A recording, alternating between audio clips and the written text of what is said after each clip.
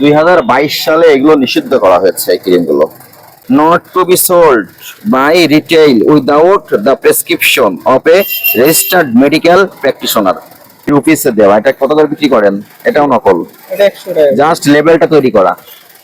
তাহলে যে এই কাজগুলো করে, যে কারখানায় হয়, আপনি তাকে সহযোগিতা করছেন, তার পণ্য হিসেবে বিক্রয় করেন। কত করে বিক্রয় করেন? 80 টাকা করে।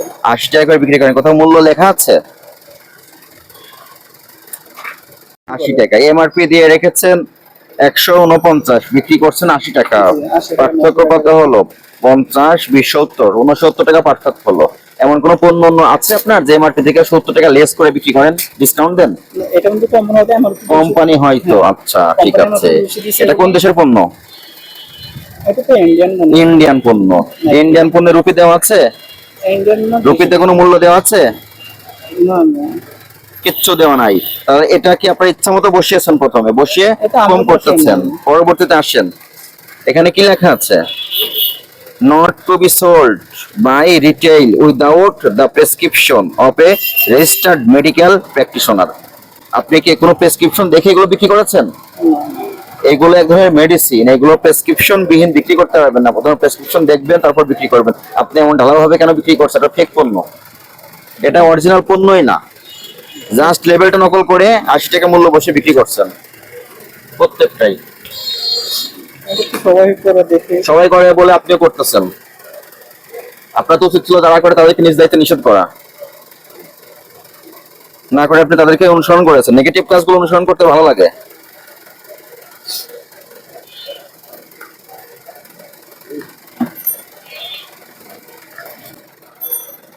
কোন দেশের এগুলো?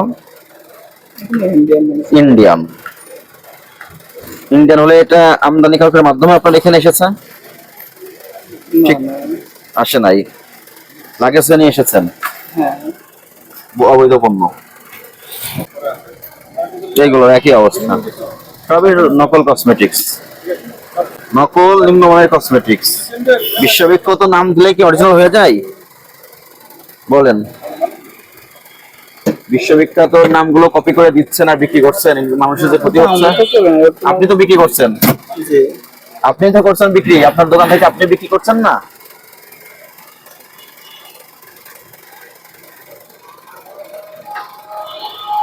নকল গুলো দেখলেই বোঝা যায়। এমআরপি রুপিসে দেওয়া। এটা কত করে বিক্রি করেন? এটাও নকল, এটা 100 টাকা। জাস্ট লেবেলটা তৈরি করা। তাহলে যে এই কাজগুলো করে, যে কারখানায় হয়, আপনি তাকে সহযোগিতা করছেন তার পণ্য বিক্রি করে দিয়ে। আমাদের একটা লোকাতে বলে এগুলো ইন্ডিয়ান। আপনি তাকে সহযোগিতা করলেন, ডকুমেন্ট চান তার কাছ থেকে। প্রত্যেকটাই নকল। এটা দেশি করে। দেখেন এটা স্টিকার কি আপনারা লাগিয়েছেন? না না। এগুলো সবই ফেক পণ্য, অথেন্টিক পণ্য না। ক্রিমটা দেখি।